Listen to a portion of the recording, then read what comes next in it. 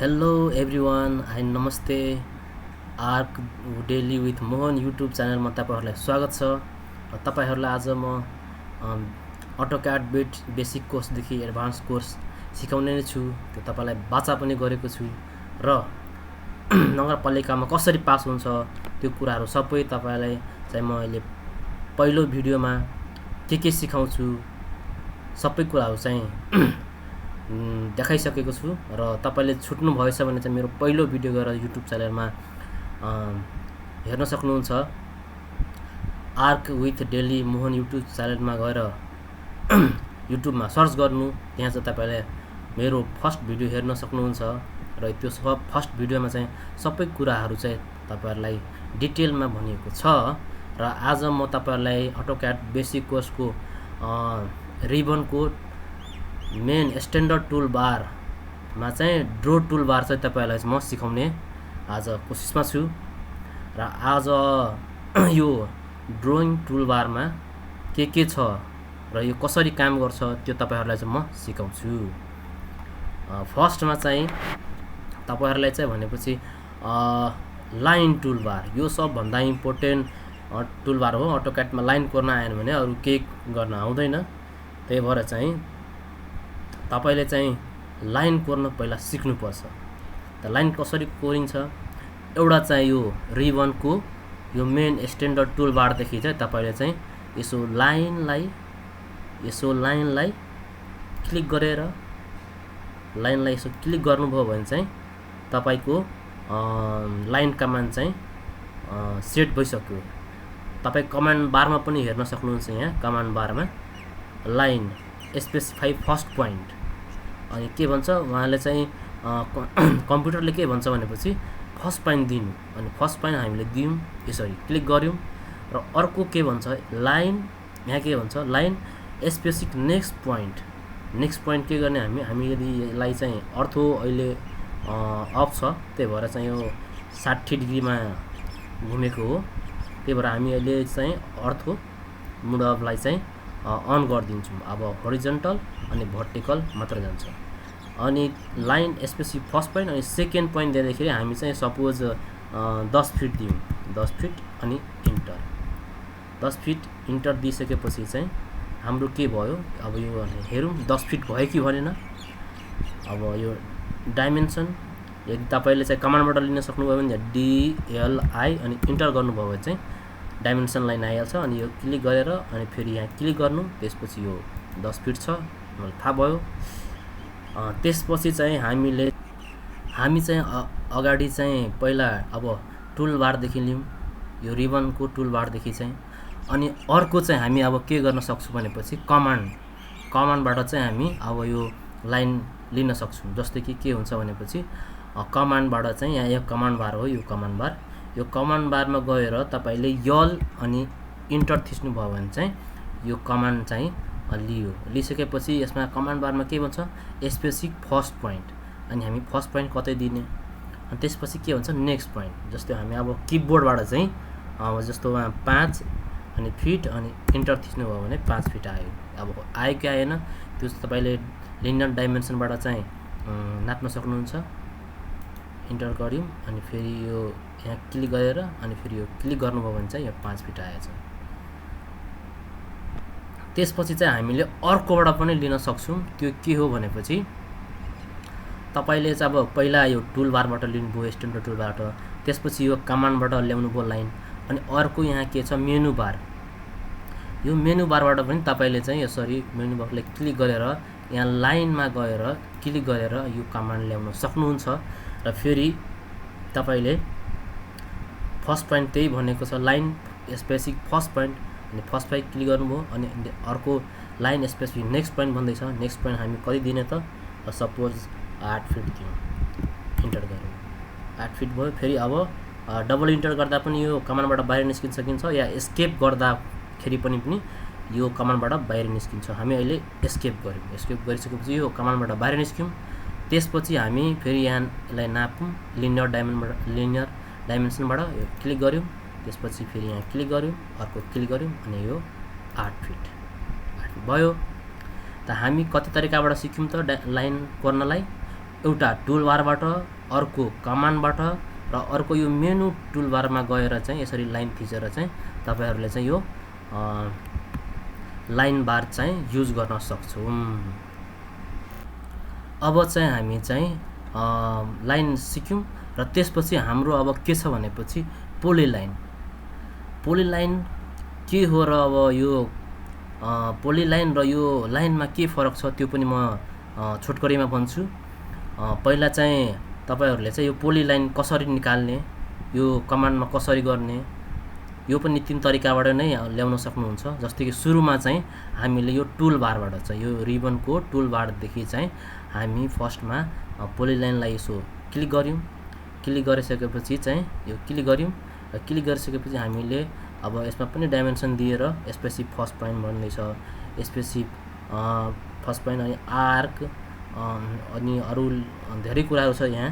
त्यो पढेर तपाईहरुले के गर्नुपर्छ त्यो चाहिँ गर्नुपर्छ। सुरुमा चाहिँ हामी नर्मली यसमा चाहिँ अब यस्तो सपोज रेक्टेंगल गर्यो भने चाहिँ यसरी रेक्टेंगल गर्यो भने चाहिँ अनि एस्केप गर्यो भने चाहिँ के हुन्छ भनेपछि यो ब्लकमा आउँछ क्या। एउटै एकचोटी थिचेपछि चाहिँ सबै क्लिक हुन्छ। तर हामी लाइन गर्दाखेरि अघि चाहिँ के गर्यौं, यो लाइनबाट लिँदाखेरि चाहिँ यो लाइन कमान्डबाट लिँदाखेरि चाहिँ यसरी के कोर्यो भने चाहिँ यसरी कोर्नुभयो के कोर्नुभयो भने चाहिँ तपाईले एउटा सिलेक्ट हुन्छ, एउटा अनि यो अर्को। तर हाम्रो यो पोलिलाइनबाट गर्नुभयो भने चाहिँ यो पोलिलाइन यो रिबनको यो ड्रप टुलबाट पोलिलाइन गर्नुभयो भने चाहिँ हेर्नु त क्लिक क्लिक क्लिक क्लिक अनि क्लिक गर्नुभयो भने चाहिँ अब के भयो भने चाहिँ यो के भयो भने चाहिँ अब यो लाइनबाट कोरेको हामीले लाइनमा एउटा सिलेक्ट हुन्छ, यो अर्को गरे अर्को सिलेक्ट हुन्छ। तर हामीले चाहिँ जब जुन कि पोलिलाइनबाट बनाएको छौं त्यो चाहिँ क्लिक गर्दाखेरि कुनै कुनामा क्लिक गर्यो भने चाहिँ त्यो सबै सिलेक्ट हुन्छ। यसको मतलब के भयो भने चाहिँ यो ब्लक भइहाल्छ। यो हामीले के कुरालाई ब्लक बनाउनु पर्यो भने चाहिँ हामीलाई चाहिँ पोलिलाइनबाट चाहिँ काम गर्नु पर्यो र हामीलाई सिंगल छ भने चाहिँ हामीलाई चाहिँ लाइनबाट काम गर्नु पर्यो। त्यसरी नै अब के छ भनेपछि अब पोलिलाइन कसरी निकाल्ने, एउटा चाहिँ यो रिबनको टुलबारबाट यसरी क्लिक गरेर यसरी गर्दा पनि भयो र अर्को कमान्डमा गएर यो कमान्ड बारमा गएर कीबोर्डमा चाहिँ पी र यल अनि इन्टर थिच्नु भयो भने चाहिँ यो पोलिलाइन चाहिँ लिन्छ। यसरी हेर्नु त यो नि हेर्नु त्यो क्लिक गर्यो भने सबै सिलेक्ट भयो। अनि अर्को के छ भनेपछि अर्को हामीलाई त्यो अघिको यो मेनु बार हो, यो पुरैलाई मेनु बार भन्छ। यो मेनु बारमा गएर ड्रोमा गएर अनि यहाँ पोलिलाइन कहाँ छ, यहाँ पोलिलाइन छ। यो पोलिलाइनमा गएर क्लिक गर्यो भने चाहिँ फेरि यो कमान्ड चाहिँ आउँछ। हेर्नु त आइसक्यो। अनि एस्केप गरेर अब हामी चाहिँ पोलिलाइन सिकिसक्यौं। अब त्यसपछि हामीलाई अब के गर्नुपर्छ भनेपछि अब एउटा अर्को टुलबार म लास्ट टुलबार सिकाउँछु। आज यो भिडियो चाहिँ धेरै लामो हुन सक्छ नत्र, अनि त्यही भएर तपाईहरुलाई म एउटा लास्ट चाहिँ के सिकाउँछु भनेपछि यो सर्कलमा पनि सेम त्यही जस्तो गर्नुभयो अघि त्यो लाइन ल्याउनलाई पोलिलाइन ल्याउनलाई सेम त्यसरी नै हो। कमान्ड फरक छ म भन्छु तपाईलाई। अनि यसमा सर्कलमा पनि यो धेरै प्रकारका सर्कलहरु छन्, त्यो हामी बिस्तारै सिक्छौं। सेम त्यस्तै हो। र हामी सर्कल कोर्दाखेरि चाहिँ हामी सपोज सर्कल कोर्दाखेरि चाहिँ हामीलाई फर्स्टमा यो टुलबार देखि चाहिँ ड्रो टुलबार देखि चाहिँ सर्कल क्लिक गर्ने र क्लिक गरिसकेपछि फेरि हामीले अब यसमा के भन्छ specific centre point, specific first centre point. अब हामी फर्स्ट सेन्टर पोइन्ट क्लिक गर्ने। त्यसपछि हामीलाई के भनेको छ, हामीले यहाँ के भनेको छ यो कमान्ड बारमा स्पेसिफिक रेडियस अफ सर्कल। तपाईले रेडियस दिनुहुन्छ कि तपाईले डायमिटर दिनुहुन्छ। यदि तपाईले डायमिटर दिनुभयो भने डी अनि इन्टर गर्नु। अनि यसमा कति अब डायमिटर दिने त हामी ल 2 दिउँ, 2 फिट दिउँ अनि इन्टर गर्नु। 2 फिट र इन्टर गरिसकेपछि हाम्रो डायमिटरमा के आयो भनेपछि यो सर्कलमा अब यो हेर्नु सेन्टर, यहाँ सेन्टरमा जानु अनि यो के भएपछि क्लिक गर्नु 1 फिट भयो। अनि फेरि यतापट्टि गर्नुभयो भने चाहिँ 1 फिट भयो। त यो के भयो भनेपछि यो जब डायमिटर लिनुभयो भने चाहिँ यो पुरै यहाँदेखि लिएर सपोज यहाँदेखि लिएर अनि यहाँसम्मलाई चाहिँ 2 फिट हुन्छ। कहाँसम्म त यहाँदेखि यहाँसम्म डायमिटर लियो भने चाहिँ पुरै एउटा यो चाहिँ 2 मिटरको हाम्रो सर्कल हुन्छ। हेर्नु त यो 2 मिटर भन्छु 2 फिट सरी है 2 फिट हुन्छ। अब त्यसरी नै हाम्रो अब चाहिँ यो फेरि सर्कल लियौँ अनि त्यसै फर्स्ट पोइन्ट भन्दैछ फेरि फर्स्ट पोइन्ट लियौँ।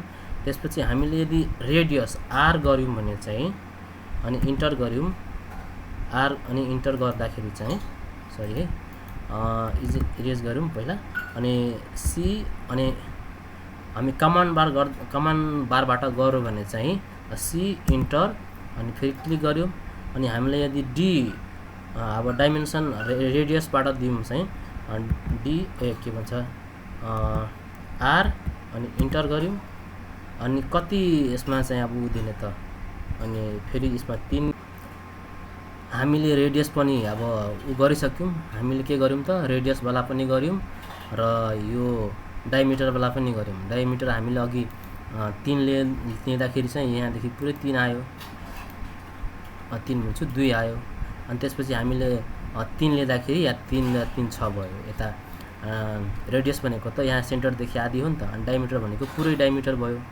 अनि यो दुईटा सर्कलमा चाहिँ यही फरक छ। र अब हामी सुरुमा चाहिँ यो ड्रो टुलबाट लियौँ। त्यसपछि हामीले अब यो कमान्ड बारबाट पनि सेम लाइन पोलिलाइन जहाँबाट लिनुभएको थियो त्यही सेम गएर यसको कमान्ड के छ भनेपछि यहाँ कमान्ड बारमा गएर इन्टर गऱ्यौँ। त्यसपछि हामीले पी र यल र इन्टर थिच्नुभयो भने चाहिँ तपाईँलाई पोलिलाइन भन्छु सरी है सर्कल हामी सी र इन्टर गऱ्यो भने चाहिँ तपाईँलाई चाहिँ यो सर्कल फेरि आउँछ। अनि फेरि त्यसरी नै डायमिटर अनि रेडियस दिएर बनाउनु भयो भने हुन्छ। अनि त्यसपछि के छ भनेपछि हामीले यो कमान्ड बारबाट पनि सिक्यौँ यो ड्रो टुलबाट पनि सिक्यौँ। त्यसपछि चाहिँ हाम्रो के छ भनेपछि यहाँ मेनु बारमा गएर तपाईहरुले चाहिँ यहाँ ड्रो टुलबारबाट चाहिँ अब सर्कल कहाँ छ भनेपछि हामीलाई यहाँ सर्कल चाहिँ यहाँ छ। अब सर्कल इन्टर गर्यौं। इन्टर गरिसकेपछि अब हामीले यहाँ सोध्छ के सेन्टर रेडियस गर्नुहुन्छ कि डायमिटर गर्नुहुन्छ कि के गर्नुहुन्छ अनि यो हामीले यसले रेडियसमा गर्यौं अनि यहाँ फेरि आइसक्यो। फेरि यो रेडियस वाला भइहाल्यो। यसरी डायमिटर नदिँदा पनि यसो क्लिक गर्दा पनि केही बन्छ सर्कल जस्तै बन्छ। अनि हामीले के सिक्यौं त यहाँ आजलाई चाहिँ हामीले लाइन पोलिलाइन अनि सर्कल चाहिँ सिक्यौं। अनि यो कमान्ड बारबाट पनि सिक्यौं मेनु बारबाट पनि कसरी निकाल्ने त्यो पनि सिक्यौं। आजलाई चाहिँ यति नै हो र हाम्रो अर्को भिडियोहरु पछिल्लो भिडियोहरु चाहिँ छुटाउनु भएछ भने चाहिँ तपाईहरु गएर युट्युबमा arc daily with Mohan YouTube च्यानलमा गएर सर्च गर्नुहोस्। त्यहाँ तपाईलाई सबै भिडियोहरु भेट्छ र तपाईले यति हेर्दिनु भएकोमा तपाईलाई धन्यवाद। फेरि नमस्कार। अनि यो भिडियोलाई चाहिँ तपाईहरुले अब आफ्नो साथीहरुकोमा चाहिँ शेयर गरिदिनु होला। सब्स्क्राइब एन्ड बेल आइकन चाहिँ तपाईहरुले बजाइदिनु होला। धन्यवाद।